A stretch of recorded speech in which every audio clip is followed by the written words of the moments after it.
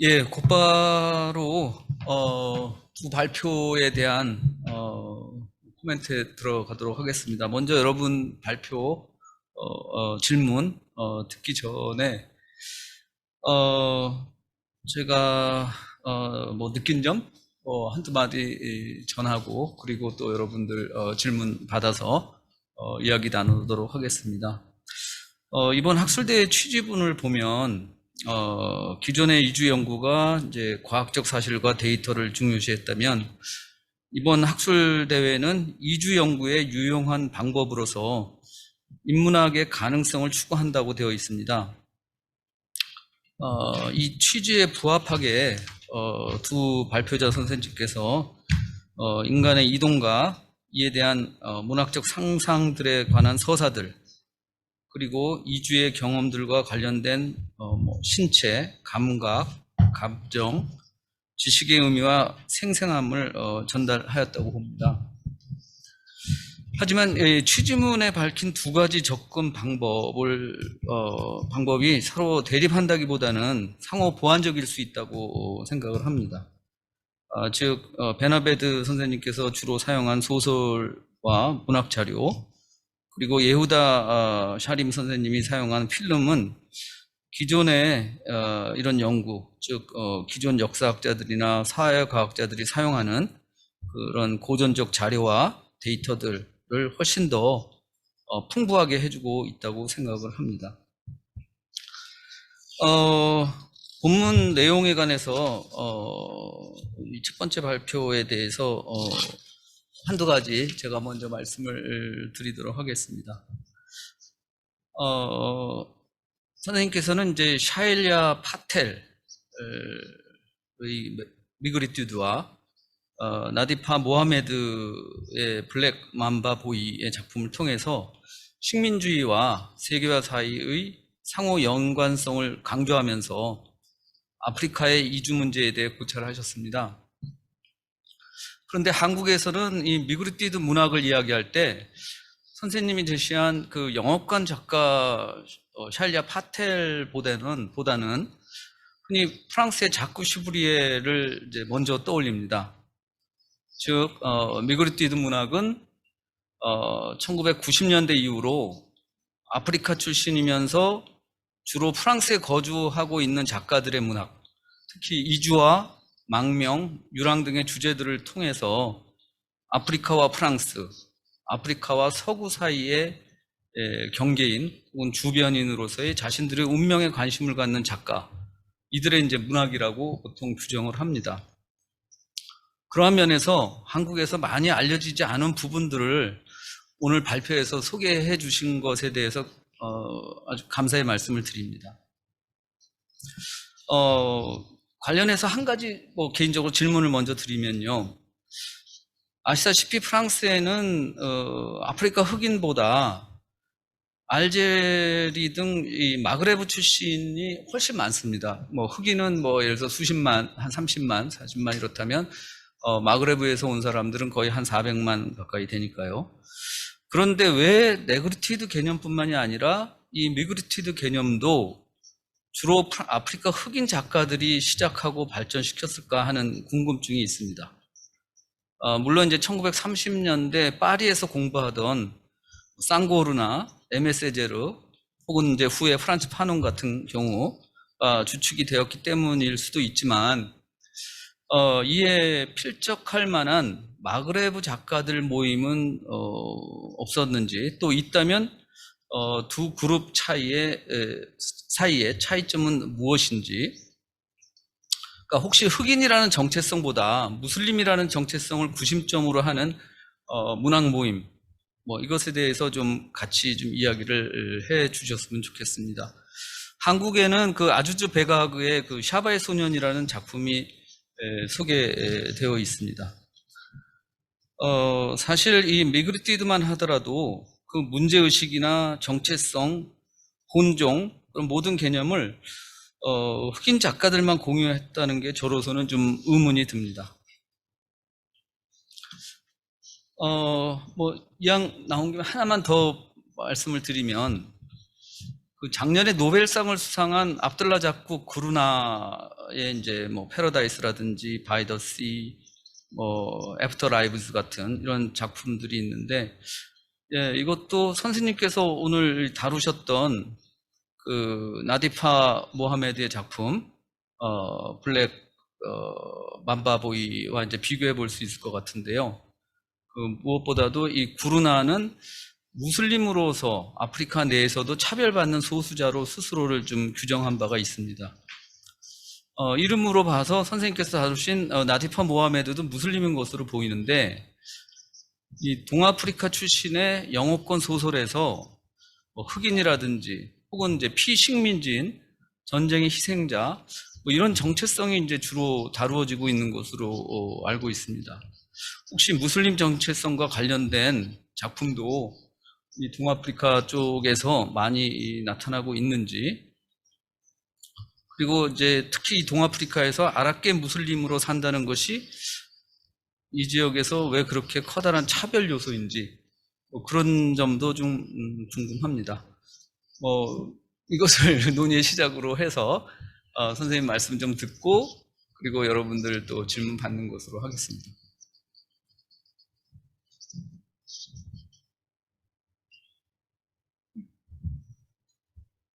Yes, sorry for a minute. So, do you hear me? Okay. So first, your question was about Francophone and Anglophone migritude movements.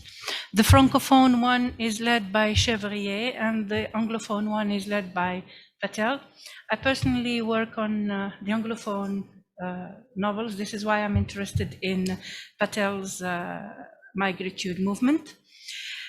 As far as Maghrebians in France, I believe they don't identify with the migritude movement because of the skin color, because migritude is inspired from negritude, which comes from negro, which was a pejorative term at that time. And then with the negritude movement in the early 1930s, it became a sign of pride of being black. So Algerians or Tunisians or Moroccans in France cannot identify with negritude or migritude because they are not black. Rather, there is a Maghrebian literary movement in France called Beur literature. Beur is written B-E-U-R. Beur is a term which is in French butter, and it refers to those mixed culture, second generation immigrants. And writers of the Beur movement are, as you said, Azouz Begag, Nina Bouraoui, Malika Muqaddam, etc. Concerning their Muslimness, I don't believe these writers in France really care about their religious belonging. They rather write about linguistic and cultural identity. However, there is another trend called Muslim feminism, which is mainly led by Anglophone African writers living in England or the USA. It's called Muslim feminism. Regarding the Nobel Prize Gurna, yes, he is quite similar to Nadifa Mohammed in his treatment of identity issues and discrimination in the UK. But there is one who is probably more seminal, that is to say, he wrote longer before Gurna and Nadifa Mohammed, who is Nuruddin Farah, and who wrote Season of Migration to the North, which is quite interesting to read because he describes the problems of East Asians in the UK and what happens to them when they come back to their native land, these problems of acculturation, problems for reintegration, etc. Now, yes, I think that there is a discrimination against Muslims in East Africa because some of them think they have been colonized by the Muslims some centuries ago, and especially East Africa because it's very close to the Arabian Gulf. So they believe they were colonized, and some of them still do not accept this form of colonization. But I personally didn't experience such discrimination because I didn't travel there. Did I answer your question? Is it okay? Did I answer your question? Yes. 예, 제 생각에는 아주 충분히 답변이 된 것 같습니다. 예, 네, 저 한성대학교 윤용선 교수입니다. 발표 아주 흥미롭게 잘 들었습니다. 저는 역사학자고요. 그래서 이제 문학에 관한 내용을 다뤄주셔서 더더욱 이제 흥미롭게 들었습니다. 그리고 이 미그리티드 문학이라는 게 이제 그 사회적 소수자와 주류 사회의 그 소통이 사실상 현실적으로 존재하지 않는 상황에서 이 미그리티드 문학이 갖는 또 역할이라는 게 굉장히 크다라는 그런 생각을 했습니다. 그런데 제가 이제 선생님 발표를 듣다가 드는 의문이 그 미그리티드 문학이 주류 사회에는 어떤 영향을 끼치는지, 어떤 반향을 일으키는지, 그리고 실제로 어떤 반향을 일으킨 적이 있다면 그 사례 같은 것을 한번 이렇게 예를 들어 주셨으면 좋겠습니다.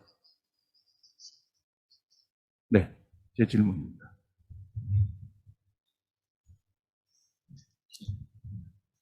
Well,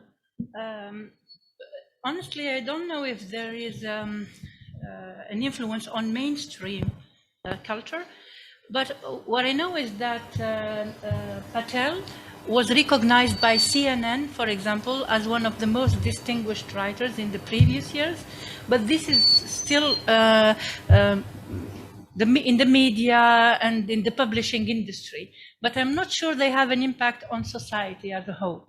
They rather have an impact on the minorities, because they want the minorities to be proud of themselves, to stop being, to stop feeling an inferiority complex, to assert themselves, to have some dignity, to accept their difference. Their role is mainly with the minorities rather than the mainstream. Hopefully, of course, in the future, maybe they would have an effect on the mainstream culture, but still now, there's still enough resistance, and stereotypes are very strong. They don't allow the mainstream culture to accept the minority. But as a first step, it's enough for migritude to allow migrants and minorities to be proud of themselves and find a place in society and accept their cultural hybridity. 예. 네, 감사합니다. 다음 문종현 선생님. 네.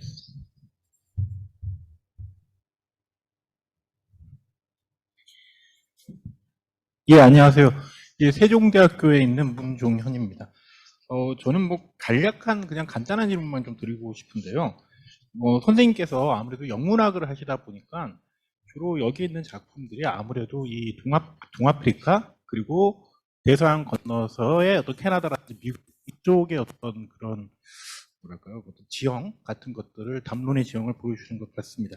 제가 좀 관심 있는 거는 선생님께서 그 아프로폴리탄이라든지 혹은 판아프리카니즘, 그러니까 범아프리카주의 같은 것들을 얘기하시면서 아프리카의 일종의 국경의 개방이라고 하는 부분을 한번 말씀을 하신 것 같습니다. 60년대에 이건 그래서 제가 질문드리고 싶은 것은 60년대에 알제리 같은 경우가 일종의 알제리 민족 알제리의 알제리가 그 60년대 범아프리카 민족회의라든지 여러 아프리카의 어떤 연대 같은 것들의 어떤 중심지로 활동했다는 걸 좀 생각해 봤을 때 그런 의미에서 뭔가 좀 아프리카적인 어떤 이런 움직임이랄까요? 그런 그 어떤 독특한 어떤 고유성 같은 게 있으면 좀 소개를 좀 부탁드리고 싶습니다.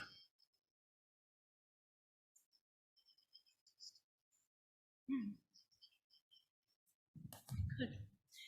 Yes, that's true that in the 1960s, Algeria was a leader in the African continent. mainly by President Houari Boumediene, who was an important leader at that time. And also the Algerian revolution against French colonialism was a model for all oppressed peoples throughout the world. Because after 130 years of colonialism, we succeeded in getting our independence from one of the most, let's say it, oppressive systems, colonial systems in the world. Until now, Algeria is still helping colonized people throughout the world because it has a long history of colonialism and oppression. However, the Pan-African movement has weakened throughout times because we still, we no longer have powerful leaders like before. In the 60s, Algeria had Houari Boumediene, Egypt had Jamal Abdel Nasser, and so on. But now, unfortunately, leaders are no longer strong enough to lead their own countries, let alone unite a whole continent. Unfortunately, this is the truth now. Well, even Pan-African meetings are no longer organized, you know, and when they are organized, they are just cultural festivities for dancing and showing crafts and so on, but there is no strong political commitment to unite the continent. In my paper, I refer to Achille Mbembe, who is an important historian in Africa, and he is calling for opening the borders. As the European borders are open, he wanted to create the same model in Africa. But I don't think leaders are interested in opening borders, as we have internal struggles among African countries. Algeria with Morocco, Morocco and what we are defending, I mean, the independence of Sahara, and Morocco, which claims its authority over the Sahara. So we still have internal struggles that prevent a kind of Pan-African unity. 예, 감사합니다. 두 번째로 넘어가기 전에 혹시 뭐 한 분 정도, 시간적으로 한 분 정도 더 질문을 받을 수 있을 것 같습니다. 예, 문은혜 선생님. So much for your presentation, and yeah, I've been because you mentioned Shalia Patel, and she's a Kenyan writer and activist of Asian descent living in Nairobi, London, and San Francisco. So and some of the kind of migrants kind of memory archives include some parts of Asia too. So I'm wondering if is there a possibility to connect Asian diaspora and African diaspora in terms of migratory movement? Do you mean, is there a possibility to connect? Yeah, connect Asia and Afro-Asian solidarity, or kind of some kind of well, actually there's that kind of movement among American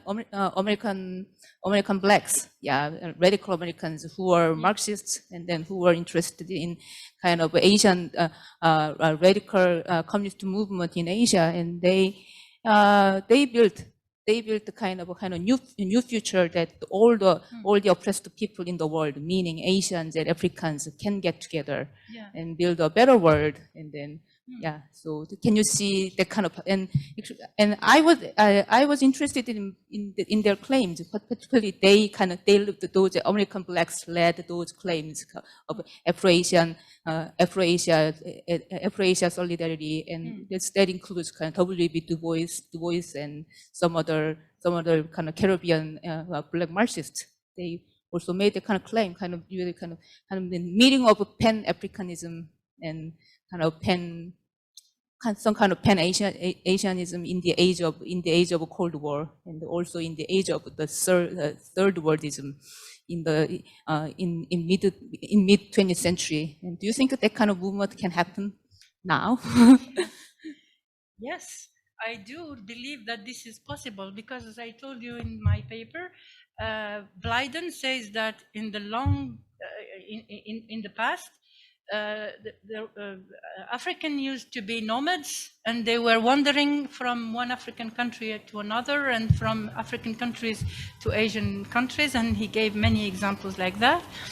And then in the contemporary period, you have Patel, who is the model of the cosmopolitan writer par excellence. She has Asian or Indian origins. She lived in Kenya and then in Europe. So she is herself a bridge between these two continents. And in the two novels I was talking about, you find, I didn't mention, for example, the chapters of the novel entitled Black Mamba Boy. The chapter titles are entitled Aden, Yemen, Hargeisa, Somaliland, Djibouti Town, Djibouti, etc. And then Sudan, Egypt, Palestine, until the protagonist reaches Port Talbot in Wales. So these novels are themselves unions or bridges between Africa and Asia. And ideally, of course, in a utopian world, maybe, I don't know if it can happen, it would be interesting to join Asian and African hands in order to build a better future. But in practice, I don't know if it's possible, because as I said before, stereotypes are very strong, and it's difficult to break down the stereotypes. And this is mainly the aim of the conference, of course. At least in the field of imagination, we try to imagine a better world. But in reality, probably, as the child who Hannah, we have seen in the movie, she said something that love is impossible, happiness is impossible. It's too pessimistic, but I think that for the time being, knowing that humanity is suffering from a lot of hatred, a lot of stereotypes, it's still difficult to dream about a better world. But at least in imagination and in literature and films, we can do it. 예, 감사합니다. 두 선생님께서 서로의 발표에 대해서 이야기해 주셔도 좋습니다. 일단 그 예우다 샤림 선생님 오래 기다리셨습니다. 선생님 그 요약문에서 보면 그 대량 이주, 인종 억압, 전반적인 도덕적 위기 상태의 격동의 시기에 예술가, 지식인, 영화 제작자의 역할이 무엇인지 문제를 제기하셨습니다. 지식인이라는 말은 19세기 말 프랑스의 드레피스 사건 이후 나타난 용어로 알고 있습니다. 단지 학문적 연구만 하는 사람을 지식인이라고 하지 않고 실제 현실의 불의에 대해서 저항하고 실천하는 사람을 이제 지식인이라고 한다는 것이죠. 그런 정의에 따른다면 예술가, 대학 교수, 영화 제작자, 사진 작가로서 이민자, 난민의 어려움을 세상에 드러내고 그들의 트라우마를 치유하려는 선생님의 노력은 실천적 지식인으로서의 역할을 충분히 하고 있다고 생각이 됩니다. 동시에 글쎄요, 이런 명칭이 가능할지 모르겠지만 메모리 액티비스트라는 그런 용어도 떠오릅니다. 그냥 제가 오늘 본 영화 중에서 The Seed of All Things라는 이 트럼프 시절 2018년 휴스턴이라고 아까 말씀을 하셨던 걸로 생각이 나는데요. 저도 그 2016년 말 2017년 트럼프가 대통령 되던 시기에 텍사스 오스틴에 잠깐 있었습니다. 그때 몇 군데 그 근처에 그 모스크를 방문한 적이 있었는데 거기에 그 텍사스 오스틴 학생들하고 만나서 좀 이야기를 하다 보니까 트럼프 집권에 대해서 굉장히 좀 불안한 그런 느낌을 표출했던 기억이 나고요. 또 심지어는 그 히잡도 가능한 한 어두운 색보다는 밝은 색을 쓰려고 한다. 그리고 저녁 늦게는 안 다니려고 한다. 이런 이제 이야기까지 들은 적이 있습니다. 그래서 저의 기억과 또 선생님의 그 오늘 영화 이런 것들이 많이 교차했습니다.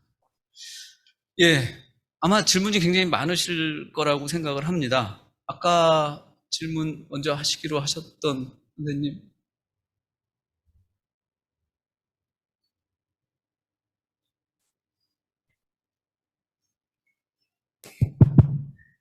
마지막에 질문을 드리고 싶었는데 또 첫 번째 죄송합니다. 아닙니다. 우선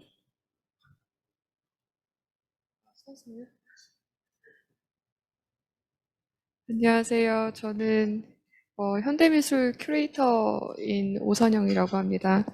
먼저 이 자리에 초대해 주셔서 너무 감사하고 제가 드릴 수 있는 질문이 있어서 너무 다행이다 싶은데요. 우선 저는 그러니까 예술이 지역과 사회, 정치, 생태 문제를 해결하는데 도구로 잘 사용이 된다고 믿고 있고 또 그런 예술에 관심이 많은 큐레이터입니다. 그래서 실제로 예술의 영역이 아닌 그 바깥에서 연대와 협력, 그러니까 사회적 협력 예술 프로젝트를 지향하는 큐레이터이기 때문에 더 지금 예우다 선생님의 작업을 보면서 되게 많은 공감을 할 수 있었는데 또 말씀을 하시기를 연대와 협력이라는 부분의 중요성을 또 강조하셨고 그거를 하기 위해서 무엇을 어떻게 해야 할 것인가에 대한 질문을 해주셨던 것으로 기억을 하고 있습니다. 그리고 지금 이런 자리 인문학 학회에 초대를 받으셔서 그런 활동들을 작품을 보여주심으로 인해서 더 많은 연대와 협력을 할 수 있는 가능성들이 있는 전문가들이 또 같이 고민하고 또 방향을 잡을 수 있는 어떤 계기가 된 게 너무 뜻깊을 거다라는 추측을 좀 하고 있는데요. 우선 제가 질문하고 싶은 거는 예술가로서 혹은 학자로서 교수로서 지금 하시고 계시는 그런 예술적 실천 방식을 통해서 어떤 한계를 느끼셨는지 그리고 또 반대로 어떤 보람을 느끼셨는지 이런 부분들을 좀 어떤 경험에 대한 이야기를 좀 나눠주셨으면 좋겠다는 생각이 듭니다.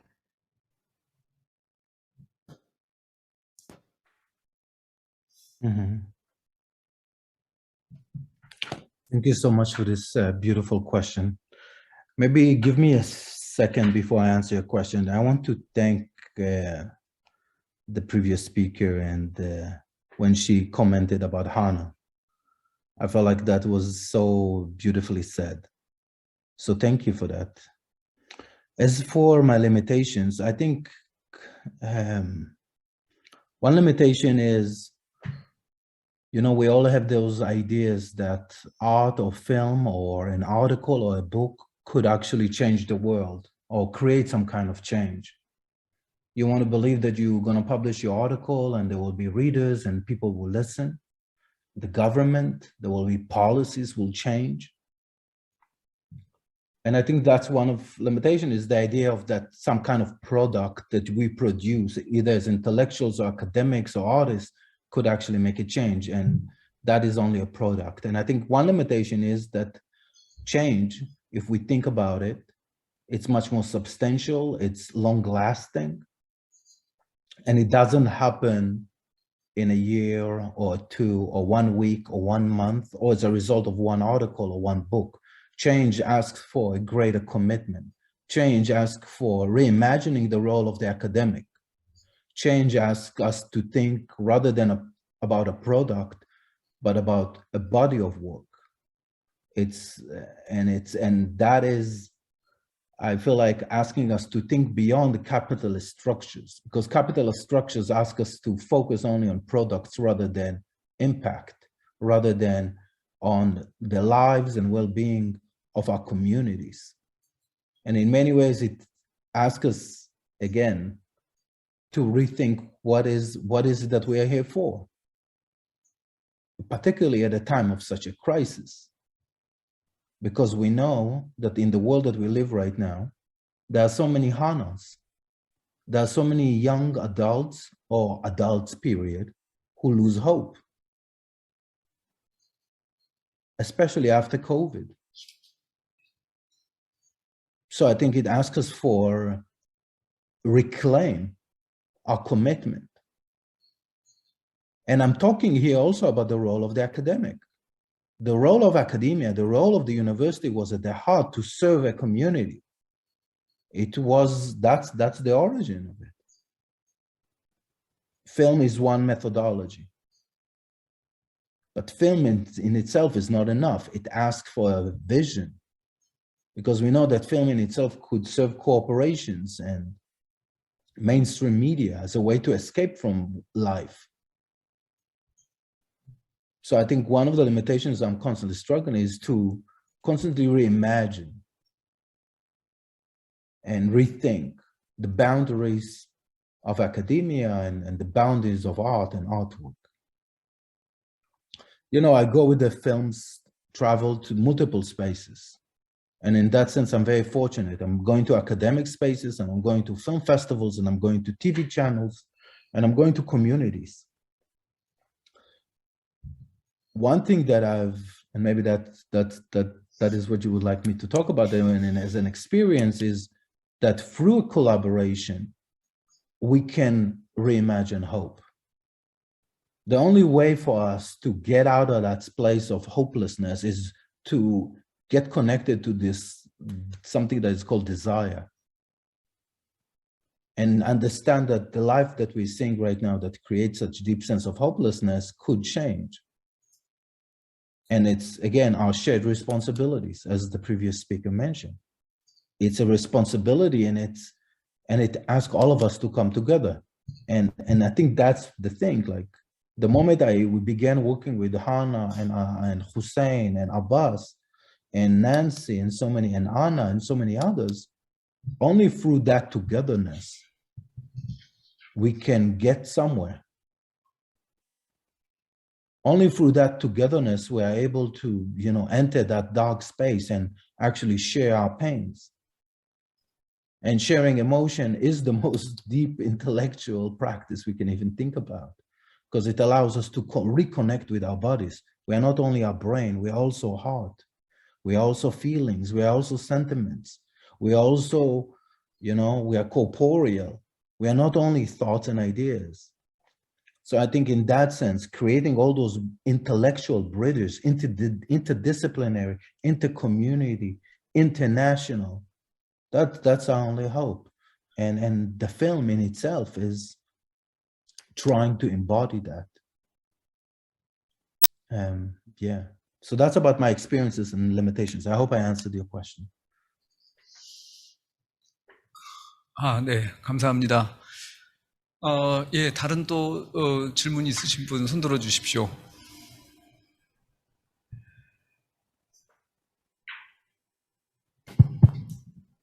예, 권은혜 선생님.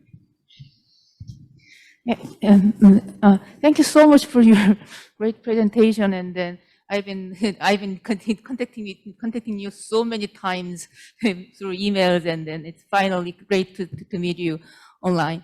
Anyway, so I was very fascinated by all the stories that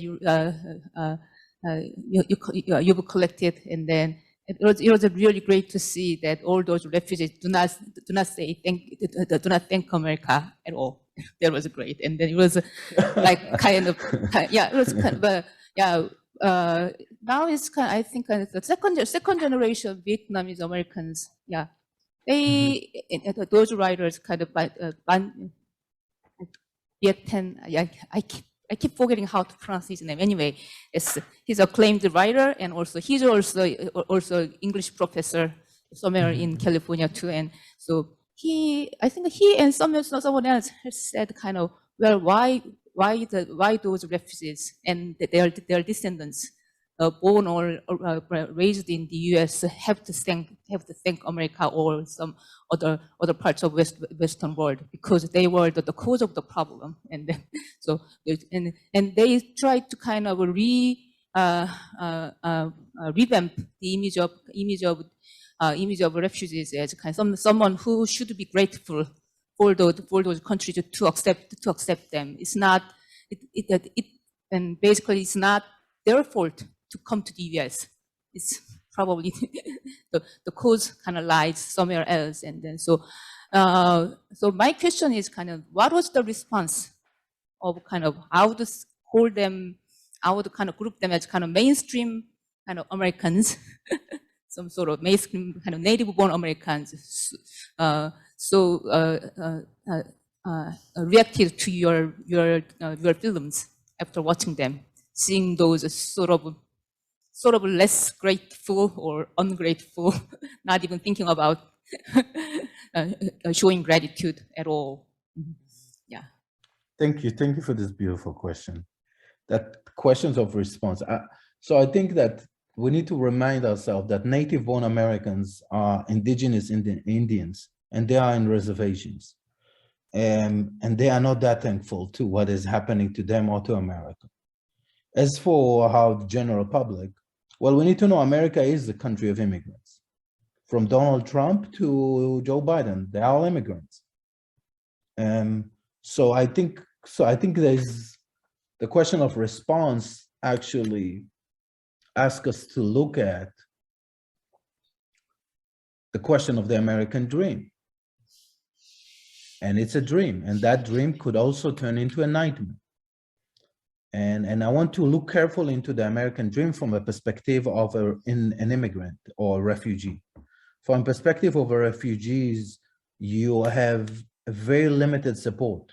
That's the US Refugee Resettlement Program. You get the support only for the first few months. And as I said before, you're on your own. And if you suffer from trauma, and most of us, when we are forcibly displaced, we do suffer from trauma, it's almost impossible to cope on your own. So I think a lot of viewers who see the film actually suddenly begin to be aware that the refugee resettlement program in the US is extremely lacking and needs to be questioned. That's A.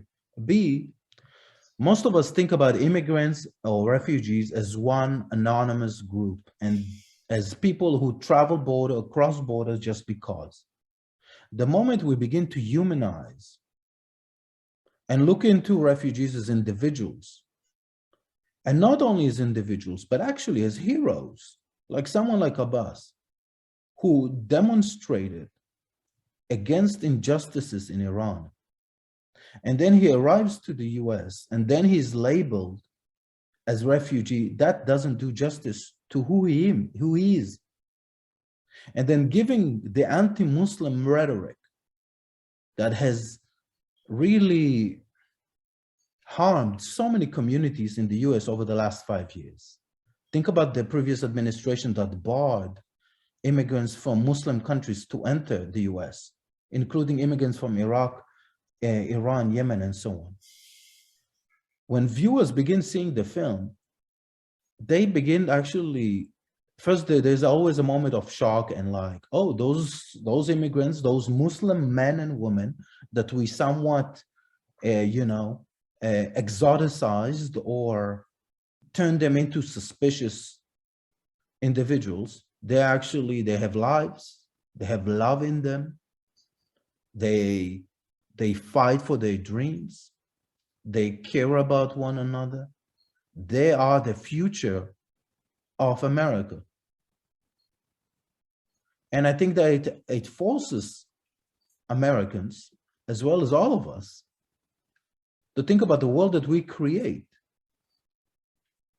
And again, about the so many other Hanas who lose hope. I think it's for our benefits because Hanas are the future of this world. So a lot of the time when people come and watch the film, they immediately want to know more about the family.